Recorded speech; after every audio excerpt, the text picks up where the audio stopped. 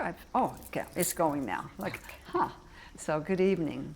Today is Thursday evening. When I was walking today at the grounding, I was telling some of you, and I was hoping that people would come more to the meditation class. So my name is Misun, and this is Center for Conscious Thinking and Conscious Living for those of you who's following or will be watching.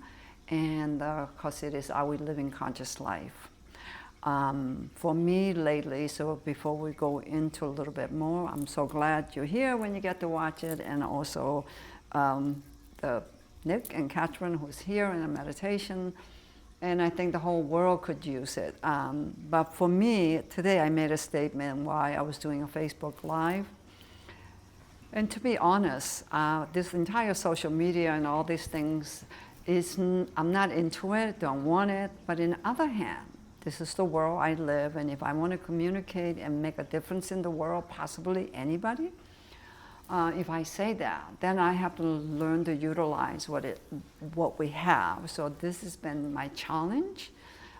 So I hope you keep that in mind, and what that goes for whether we are here or the ones who are watching. There's so many things we seek for perfection because we're not comfortable, we're not going to do it. But the thing is, today will pass and I won't get it back again, ever. So is that if you want to do something, not waiting to be a perfect, but step in and do it as the very best you can.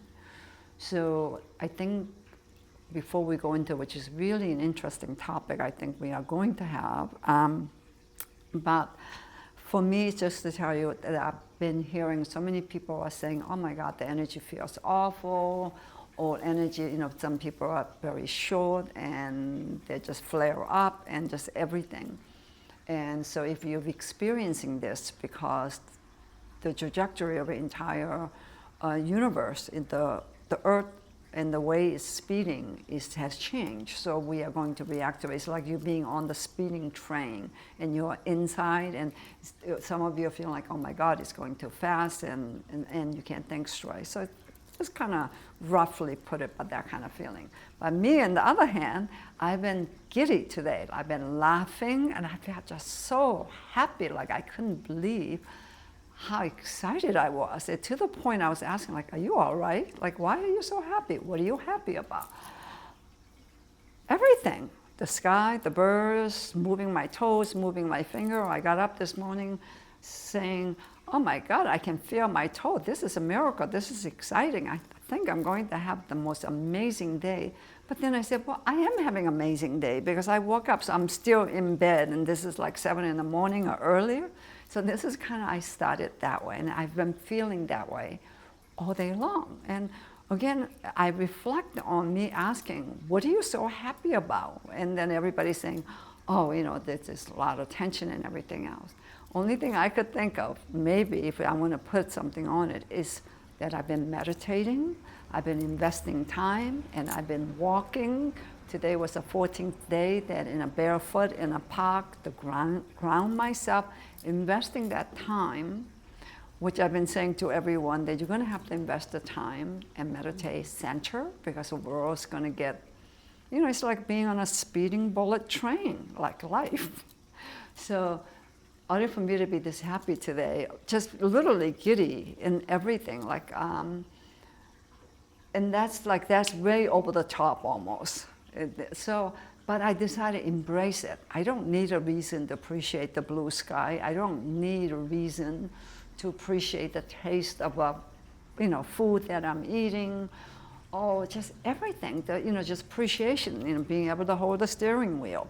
I have a car that runs. That's great. So just being able to express and feeling the joy. That's a gift to myself, and I hope you do the same. So that's kind of the day I have.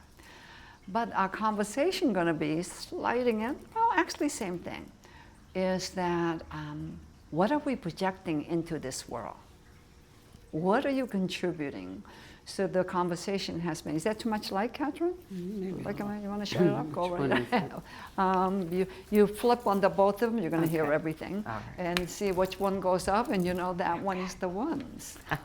So we are at this, pretty soon, I think I'm going to do some live shooting, so you get to hear but this is, because you're not watching in real live, but you're going to see the recording.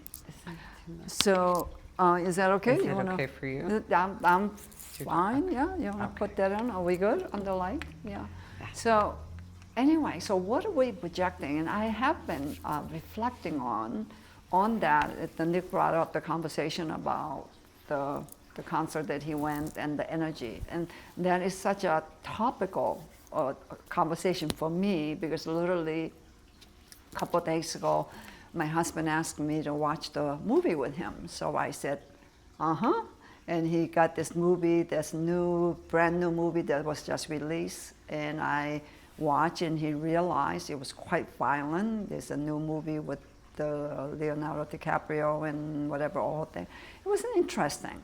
But it was very violent, and had some good moral and everything else. But reality of the matter is, I spent 2 hours or something watching this thing, and the back of my head was playing like, what am I doing? What am I doing? Why am I sitting here? Yes, I'm sitting here because I want the quality time with my husband, and he asked me, right? So we all have those moments. We don't want to do it, but we honor it. And that's nice. And as you should be, I remember the guru saying, if you get it like 60% your way, and you take chance, something like that. So that's a relationship. But my husband realized afterwards, he said, oh my goodness, he said, I won't do that again. I know you don't like violent movie and da-da-da-da. I said, not only I don't like the violent movie, but I said, when we watch those things, or when we feel the negativity, we are adding into the universe of my energy, of my discomfort. So if I'm happy, whether you see me, you don't see me, I'm adding on this energy of a flow. So if you can see the wave, like a wind, when the wind is blowing from one direction, even though you're not there, sooner or later that's going to come close to you. You could be in another continent. So it's the same way. It's the way it works that way. So if you recognize that, so what did I add? It was 2 hours of sitting there, my mind's thinking, oh, I can't stand this, like I don't like this, like, oh my goodness. So that's what I contributed. So I said to my husband, so you really have to think about, not only that, I'm never going to get my 2 hours back. I said, I would have preferred to watch maybe some podcasts that I like, the books that I need to read, and everything else. So you can do whatever you want to do, however way you want to spend the time. But I don't want to spend it that way, because if I do, the part of me will resent you. You didn't twist my arm, you didn't hold the gun to my head. But the thing is, a part of me feel like, in order for me to maintain this relationship, I surrender some of my equanimity. I surrender some of my sense of well-being. So that's not a very healthy relationship to cultivate. I think everyone will agree, because everybody been in places that you're not comfortable, but you don't want to rock the boat, so you just kind of tolerate. So we have to think about in terms of, because you think you're creating peace. Surprise, you're not. You're not.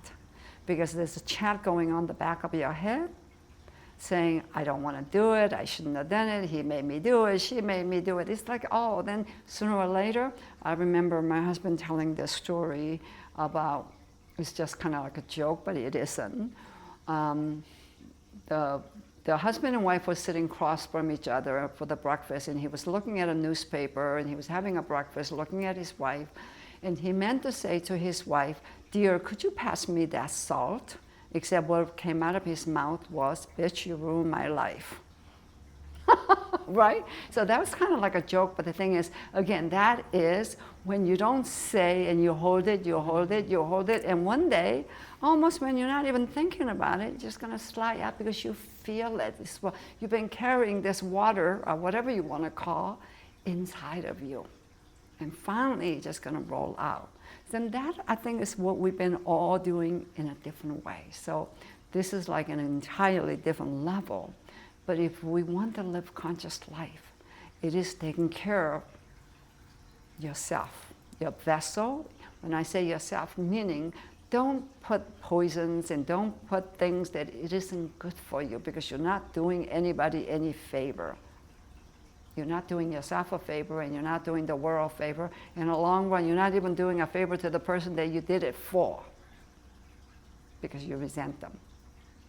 So the conversation was, Nick was talking about the music that he was hearing and the sound and what he did. And really, I've been thinking about it exactly in the same way about these feelings. So even the noise, like there's so many music out in the world, and they say, oh, the freedom of expression, and etc. So and I've been hearing it for, I'm over 70 years old, for Pete's sakes.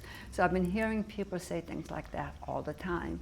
And probably the last 30 years or so, we have loud, like, go ahead, play the, it's like, what do they call headbangers and all sorts of different things that it's like more you spew into the world of, if you can imagine the dam, that you just like, I'm miserable, I'm unhappy, and I feel all these things, and I want to share my misery.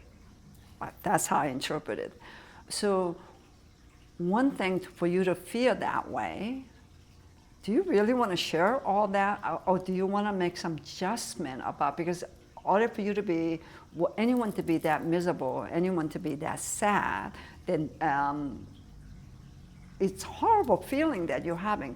Don't you want to go and find a way to turn the dial down and maybe do something, like a walk in the park, maybe have a cold glass of water, something to change your emotional feelings, and your tension in your body.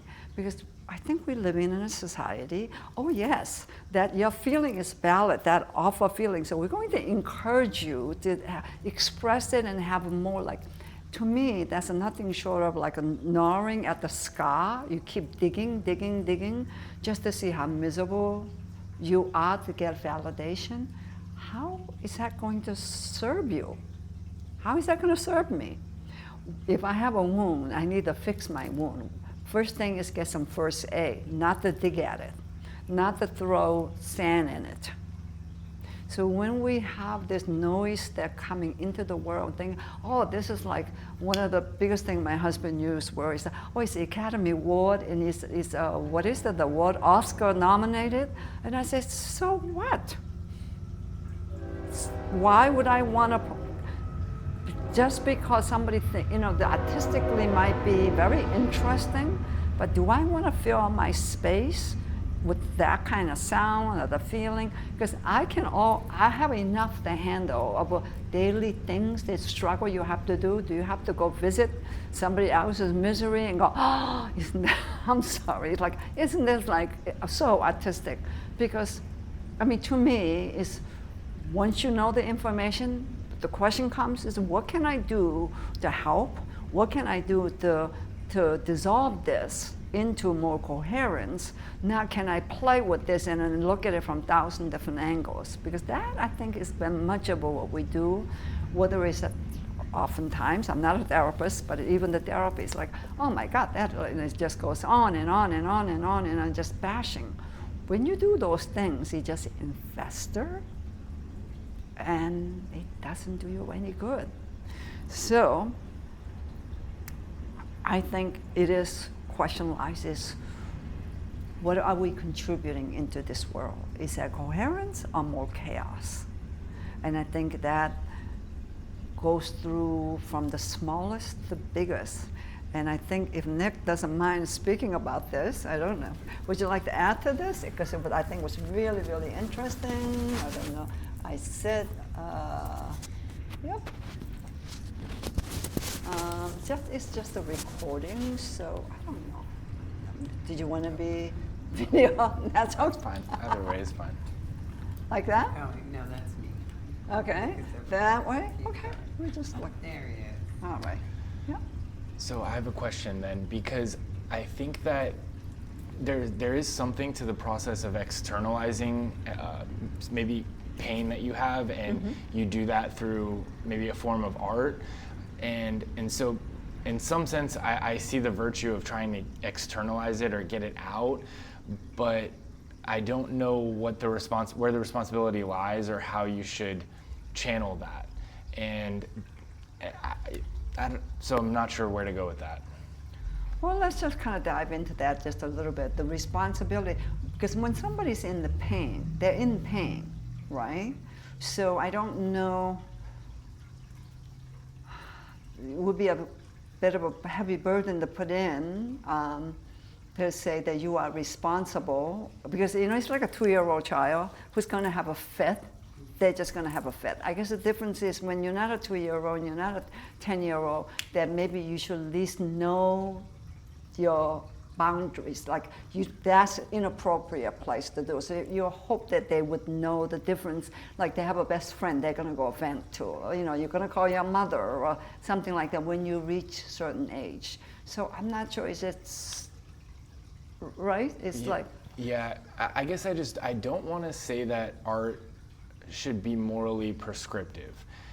So I think that art is beautiful because if you have like a taboo feeling or idea, or you have a space where you can say absurd things or paint or depict absurdity, and you can enjoy it in that realm because it's art.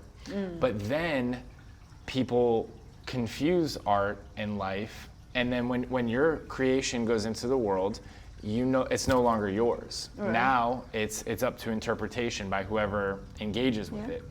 And so I don't want to say that only a certain type of art should be in the world that honors the light or the good or the truth. Yeah, because that's also very subjective to right and the good. Exactly. Yeah. So I don't want to. But I also want to acknowledge the responsibility of what you amplify into the world. And so where do you draw the line as far as channeling or externalizing a pain versus glorifying that pain? Okay, so I think there's two things. It's like one of them is we all have a responsibility, but somewhere along the way, I think particularly in the last maybe 50 years or something, that has been like we've been indoctrinated to not have your own opinion or your own sense. Like you kind of go with the mob mentality because somebody says it's a popular and whatever else. So people kind of, when you don't have a strong sense of who you are, compass, then you kind of gravitate toward whatever the thing, whoever has more money or who has more fame or whatever thing, right? So in terms of, to me, it's one of the responsibilities. If I dislike something or it's just rubbing against me as I'm listening to it, it's my responsibility to walk out and get out, get away from it. But oftentimes when you go with friends and things, like people say, or when somebody says, well, that's really a good work, so you feel obligated. So that sense of obligation that keep you there. Other hand, again, it's both sides. It's artists who are screaming at their head off and expressing. The only reason they're doing as much as they do is because society itself has tolerated, and people don't have enough sense to get out. Saying, you can do whatever you want to do, but I'm not enjoying this. I don't feel good about this, because when you're hearing things or scary things, that you don't feel good, right? But we stand there, and it's like, if somebody want to stick a needle in your vein and give you a poison, you won't be standing there, would you? No. So what's the difference? Psychically, it's coming in, it's making you uncomfortable and everything, but I'm putting in a very sharp contrast. But is that much difference? If somebody's literally coming with a needle and sticking in your vein, he's going to make you feel all that agitation you're feeling. You're going to stop it. But because it's not the needle, and it's because you're watching, you're hearing, but it's absorbing through your skin. But we as a society have tolerated. So from my opinion, always, it's been always like, who's holding a gun to your head? But we have not trained our children to say, it's okay to say, this is not for me. this, you're not saying everybody. You're just taking care of yourself. They're holding yourself accountable to yourself. And that is what is missing in the society, period. Because much of it is you go along, you get along. Because we want to be like. You don't want to look like you're judging. You're not judging. Your only things maybe like judging in a way, again, that word can be a very interesting word, is you judging, then you don't feel good. This is not making you, because is that judging? So if I'm accepting you, does that mean I have to swallow the poison that is making me like I'm going to choke? So, yeah. Right? And I see the responsibility of the listener or the viewer on one hand, but then I also see the responsibility of the creator. And then, and I guess I just want to back up and think about this, because one of the sets that I experienced last night, I wonder if it was technically proficient and it was almost more methodically created, if there was a way to make it, if it would have came across differently, if it would have had a different result. And I wonder, because I'm thinking about things like, David Lynch comes to mind, who he was a very, he always advocated creating from a happy place. Like, you do not have to be a tormented artist to make something beautiful or dark or whatever. But his work is, it is pretty graphic. And it's wild, because he's a very just humble, like Midwesterner, like he treats people kindly, right? But his work is something that you may not want to watch. I think I've seen some of it, but yeah. So I guess my question then is, there is a place where dark or potentially graphic or maybe negative, I would say the darker part of the psyche, I think there's a place for it, but I don't know. I'm not sure where to go with that. I know that there is something there. Well, no, I think if you're studying anatomy, let's say, and you cut up the brain or things, it's graphic and it looks awful, and you might be dissecting somebody who's been murdered or something, and you might be, so that's pretty graphic, right? And it's a place to learn. It's because you're going to be a doctor and you want to know how to treat these things. So you need to look at it in all the different angles. So to me, it's like a lot of art. It's very much like that. I know that sometimes creators have a tendency to create looking at from like construction and deconstruction, like, oh, this is what it looks like, and da-da. Some of them, again, has a place, and some of them don't. So if you can look at with the detachment, like I said in recent years, I think I could perform a surgery, I can look at an open body without getting squeamish and like, oh my God, before, when I was younger, I would have run because I have all these ideas in my head. But now, like, I think I can literally look at it, I can be assist to it, which is very different as I'm observing myself. So you can look at the art that way, but why? That's another question. Why would you even want to create to show the worst part of somebody or the worst pain? But you can show in terms of somebody who suffer, and like that person suffer, and because this was their story, right? So to understand that person, then you have to tell the psyche and nuance. So you can look at it that way without glorifying it. See the difference? Yes, and I think that it's impossible to create a universal conclusion for it, because if you take someone's pain, either someone who's going through the exact same thing might feel less alone, or it might help them in some way, maybe, if they can relate to it. Or on the opposite side, people who don't relate to it, they might think, why would you put that into the world at all? And so I think that it's just, you have people coming from so many different directions that, like, I guess if you amplify that pain, it either becomes sort of a flare gun that says, like, you're not alone, like, I feel this too. Or it could be, why are you glorifying this? Like, this is not, this is not the I don't know. Well, actually, it's not a glorifying. They're just showing, right? It's not a glorifying objective. It's like, look at all this. So I guess it's within our own choice to say, I think I had enough of about 20 minutes because again, like I don't need to see the wall how horrible it is. I know it. I don't need to watch every body that got buried or every tragedy happened. So it's more of an appetite. So that's a personal, like a person who like watching horrible things and just like where we go. So that's a different thing. But I think in a different way is this. To me, it's like you can ask all you want. I had a friend who used to say, it's your job to ask and my job to say no.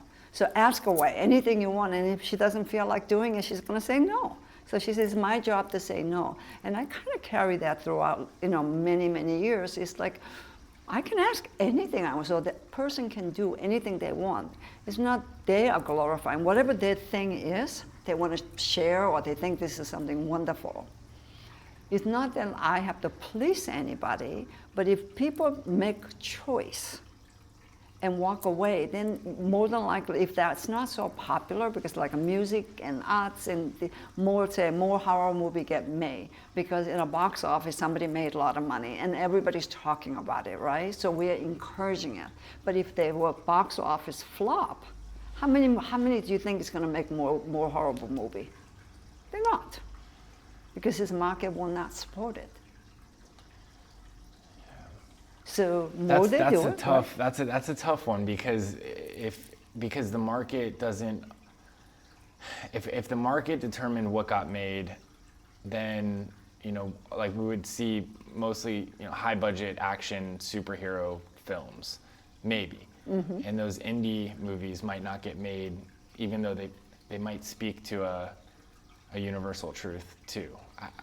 Oh no, I disagree in this way. When I say market supported, I mean in a way that people resonate. They go see it, like listening to the say folk music. There's people like a small band, and people they start listening it because it makes them feel better. Whatever they more go, so they are encouraged to make more. Yeah. Not the bigger budget or anything like that. What I mean is like people stop watching, let's say, horror movie, whether it's made from Marvel movie, a big thing, but if people didn't show up, then there's no money to make. So the people are not encouraged to go look for more horror story or anything else. And I could think of right now, current thing I think is, I'm not going to mention the name, why, I'm not quite sure I should. I think it was like this movie been made with about $40 million, this thing. I think they barely got $4 million, and they might have different agenda for doing it, but nobody going to see it. Yeah, there's a dissonance. Like we can't verify what is true right now, because you have movies that are made with a low budget, but then they spend millions of dollars advertising into the Oscars and all of that, so they pick up all these awards, and so the accolades and the receipts of things are not true. Like there's not a real clarity on that, and so it's very difficult. A good example is music right now. There are a lot of record labels that have a lot of money pushing music that basically just through the heuristics of our mind. So familiarity breeds trust, and that it's almost like if you hear something so much, it becomes true. Like, and not to say that that's true, but that message just pumped. Right, but the thing is, reason that you're here and you're thinking probably much more sharper and critically, because you're working on it, because the mass majority of what you're talking about, and this is what we need to get to, it is to think about, like, what am I doing? How am I spending my time? Those are the questions that we need to, that train your children, not like a puppy dog or whatever, but in terms of literally asking ourselves, what am I going to do with my currency? Asking your child, okay, you have a choice of spending 2 hours doing this or 2 hours doing that. Which one would you like to do? Which one will bring you the greatest joy? But did your mother ever ask you that question?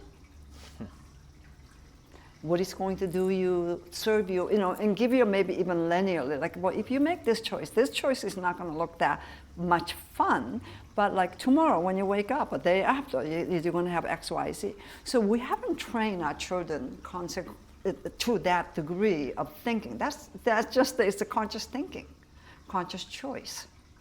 So in terms of what is being put out, and people look, 'cause in a way, it like sounds almost like we're being led like a sheep. Oh, that's just popular, so we're just all going. What does it say about who we are as humanity? If this is how it's running. So I think this is where the change is here, is that people are saying, okay, wait a minute, just wait a minute, because when I find that the social media and everything and all this celebrity is crazy and it's so confusing because they have millions and then all these people are following. Guess why they have millions and billions and whatever else they have? Because all the people who could afford the least gave it to them because they think they're going to, to feel good, whether they buy a ticket or, whether it's a sport. I mean, I find this entire situation crazy because people who go work so hard for their money go spend $200 per ticket for something that's going to last them for, I don't know, a couple hours. And also, are you going to learn any skill that is going to help you enhance your life tomorrow? Or is that like some kind of drink that you have for 2 hours and then you go back to being a slave tomorrow? Yeah. The amount of money that we pour into like just entertainment as distraction or conditioning. Because once you condition people, and this is what we're looking at, we have conditioned the society to not to think, but to follow. This is good, this is bad, this is a success, this is not such a success. Would you agree or disagree? Which is good, it's all, right? Yeah, and I'm just wondering, like devil's advocate, if it's just because some people are happy in their paradigm. And who is anyone to say that's not the right way? That's just so well put, and I love that, but because that is a struggle there. Like, who am I to make a judgment? Who am I to Well, you're drowning, but who am I to make a judgment? Right? So I think there's some things, or the righteous indignation, or whatever, that you want to call in life, because, and again, that's like, no, it's like if it's hurting you, you want to do it, but be my guest, but I'm not doing it. That's not a judgment. That's just a certain right, and some certain things is like, is the sun shining? Yeah, it's shining. Who am I am I making judgment saying, right? Yeah, there's some acknowledging quote. what is. Yeah, and I think people do choose like a familiar pain. I don't know if it's like the devil I know is better than the devil I don't, or something like that. Well, that, but also I would just go back to the lot of my conditioning. And if you want to be happy, well, I have a news for the whole world. You need to work on that too. It's being happy. It's like me wiggling my toes and appreciating it. They say there's nothing vibrates higher than gratitude. I am grateful for my toe moving. I mean, that's extraordinary. If it was moving, I'd be miserable. So, but again, it's not that so much we are living in a world like afraid to have a statement, afraid to have opinion, and stand up for your opinion. And you're not saying all of you need to follow me, right? And do what I need to do. That just isn't for me. And be able to say, why would I want to give you 3 hours of my time? Why would I want to give you half of my paycheck? Because when you look at all these superstars, all the sports game, I mean, it has wrapped my head, I can't wrap my head around. Sports are so expensive. The tickets are so expensive. It is such hype. And I know people who work so hard, like amount of money they will spend on that ticket for 2 tickets of sports or whatever, that they have to work maybe an entire week or 2 weeks. And they go and give that money and they get, whatever that high of that thing, and they go back to that. And so does anybody needs a billions and millions dollars? I ask that question on one hand because their paycheck's so big. Other hand, then I go back saying, well, if people stop buying the ticket because you are supporting it, and then they think they deserve that, I guess, ask, they got it, It's your job to ask, their job to say no. So it's a value place. The judgment, the word judgment is interesting because it's like me saying you have a thorn sticking out on your arm. Is that a judgment or is it just the fact it's sticking out there? Right? So I think it's a lot of them is our tolerating and our inability to say this is right and this is wrong. What would be wrong with that? I want everybody fed. I don't want to cause people a pain. Am I being opinionated and being judgmental? I mean, somebody's causing somebody a lot of pain. And say, stop it. I don't like that. I don't want that. Am I being judgmental? I'm just stating the fact of what's my comfort level is. The society I want to live. So unless we are willing to own up to, take a responsibility for our own happiness, what we consume musically, artistically, everything we do, the one thing that you cannot get it back is the most precious is currency called our time. That is invaluable because I'm 1 day older than I was yesterday. I am 1 hour older than I was an hour ago. And where am I? So when you don't value your time, you give away to anything and everything. So when you work 40 hours and you go to watch the sports for 3 hours and beating each other, I don't understand. Why would you do that? That tells me is they don't really value themselves. But what if you do love sports? You can love your sports, but at the same time, do you want to encourage somebody making billions of dollars and you have to work 40 hours just so you can watch them for 2 hours? It's not my place to choose for them, though. No, it isn't. But the thing is, it's something for them to think about. It's something for them to think about. Where do I want to put my currency? The currency meaning they have spent so much of their time and hours, choices, but they don't really think about it. They think I'm going to have more tomorrow. I have no idea. Because one day, you wake up, and, it's a time to leave. I think, yeah, and David Foster Wallace talks about this fear of boredom. It is, and I think it's why we see like social media and entertainment and distraction just sweep up into like everyone's lives, is that people are afraid of the feeling of just, there's nothing to do, you're like, to actually think, I think beyond, and I don't know, I think there's something like existentially anxious in that moment. Yeah. You're like, I don't know how to even describe that or process it, but it's, I know there's been times where I'll fall asleep to anything, I'll just let YouTube run, if it's a stand-up comedy or just something, or a podcast, just to not feel like that loneliness or that like anxiety for a moment. And that's really, it shouldn't be like that. And I think I notice I don't need that if I can feel more centered, more grounded, connected to the world or what's around me. I think that's, this thing called joy that we have again. I think, I don't know what point that we brainwash so much that once upon a time chasing dragonfly as a child amused me and kept me happy and kept me busy. And we have lost the art of just being still, looking at the cloud. That's not doing nothing. It's looking at that wave, right? Yeah. And so that's a more refined. Yeah. Okay. It's just like being able to look at that, like I'm walking in the morning, again, not to talk about, but this is how I do, is when I'm walking, I go, look at that sky. And I was thinking this morning, somebody should just record. I should put it in, but it sounds a little ridiculous because I realize what I'm saying, and I want to listen to it afterwards, of this sincere joy just flows out of me.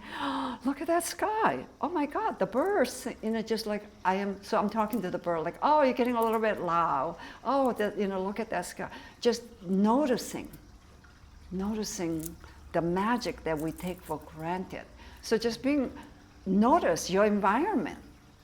Notice the mess, notice the beauty, notice things, and bring that into your mind, into your tissue of your body, your awareness. Not that numb through life, like I'm waiting for this big explosion of artificial sound to make me happy and realize I'm alive. You know, to literally walking in a cold the last few days is my feet touching, bare feet touching the grass, cold grass. It certainly sent a chill into my spine and my nervous system, like, oh, there's something to that. It's that we have gotten so conditioned, we don't move like we used to. You know, when I was a child, literally, I have to go to market, to walk miles and miles, I'm not kidding, to get the groceries. So we walk back, you know, then adrenal glands and everything is functioning. When you sit still on a couch and you're just watching, staring at the television or just doing something, and also, I mean, this is like, I'm sure we have gone way over conversation, but it's worthwhile having this conversation. And this is such an exciting conversation because we have conditioned ourselves to not to think and want to be muse. Think about that. Not to think and be amused. Because when you think, you feel the pain, you know, whatever else. I mean, I'm talking to a person who's 66 years old, who's just like really lonely. And how did you get there? So I said, go volunteer. Because you have a talent that somebody will appreciate it. Instead of just sitting still thinking, I am so bored out of my mind, my life is so empty. Well, it is right now. So get up and go do something. Right? But we have lost that. It's art of living. Art of living. So I think I'm going to. I feel that very much. There's almost like this just very machine-like or mechanical way about us. Like it's like there's a lack of humanity in the lifestyle, and I do feel that hypocrisy of like, if in this abundance of materialism and unable to enjoy it. Right. But at the same time, the abundance of materialism, but you can only get it by you going to earn the money, right? The abundance, so you become slave to the abundance of materialism. When you think about it that way, right? Because they're not giving to it for free. You're giving something. Yeah. So I mean, this is such an exciting conversation for me because talk about society and breakdown. Because I mean, think about it. Okay, well, you know, people say, "Oh, we're living in such an abundant America." Blah blah blah. Well, why did somebody give you something? You know, I mean, you get a lot of things for free or whatever, but you have to earn it. So you are committing your life to getting those things. Whether it's a Lamborghini, whether it's a little house, is you have committed your currency of your time to spend on this earth. Yeah, I think about it in the moments that I could afford to cook for myself, but I opt to go buy something pre-made. Okay. Something feels off about that. Well, it is, but again, I mean, I'm so glad because you're really into nuance, and thank God. I wish the world would do that just a little bit, not as much as you. You have given a lot of thoughts, and that's great. You're actually thinking about it. You know, again, we have to make a trade-off in this life, and sometimes, you go get something, you know, quick because it's more efficient to do it that way because you need to get to something else. So it's always about balancing one way. It's not an extreme of like it has to be this or it has to be that. You know, it's like that being able to bend and churn is really the art of life. So again, is that more than anything that one thing that I could teach in this life would be to understand the preciousness of your life and your time. There's only one of you exists in this entire world. There's no other. And that you are unique unto yourself. And you have something to offer. Offer not because the sake of somebody will like you or not, but that you have something to just radiate. But you have to discover that about yourself first. Then you can. Then you can. Not copying other people, repeating like that. There is no moral of what is a success. To me, well, I guess it is. What is a success? Somebody who's content. Somebody who's working toward their goal, who's at peace with themselves because they're not measured by what the world opinion is. Because and even the opinion is not about really the right or wrong. It's more of what somebody famous, popular, authority has opinion about you. What we worship, maybe it's the better word, what the society worship. If they like you, you think you have arrived. If they approve of you, like what the hell do I need anybody to approve of me? Question lies is, do I approve of me? Do I like me? Because I'm the one who has to go to bed by myself, right? I'm going to lie beside, I can't get away from this skin of mine, not right now. I'm living this inside. Do I like me? Do I approve of me? And everything else will fall into place. But get to know yourself, become friend to yourself, love yourself. Not in an arrogant way, but because you're remarkable, you are magical, you are wonderful. So what's it not to like? What's it not to like? And jump into that pond, you'll be fine. Everybody be fine. Stop being so scared. And if you don't like something, walk away. That's your prerogative. And their job to keep you there as much as they can. Because it suits them for their need. But then it's your job to say, it doesn't work for me. Time out. But you want to keep playing, go ahead. You can say to them, yeah, keep doing it. So when I say, I don't want to watch that, that doesn't mean I don't like you or anything. I just don't want to do it. So enjoy it. Find the people that like. I'm just not the one. And be comfortable in that. Not feeling like, oh my God, they're going to like me, they're not going to like me, they're going to be mad at me. That's their issue. Because if you drop dead at the end of the day, or somebody said, hey, Nick, you're going to die tonight, do you think that's going to come into your radar? Right? That's the one quick way to dismiss it. So when I have those feelings like, oh, and they get low, I say, well, if I should drop dead in the next 30 seconds, is that going to come into my radar? No. Are they going to pay for my funeral? No. I'm pretty sure they're not. And if they were going to pay my funeral, what do I care? I'm dead anyway.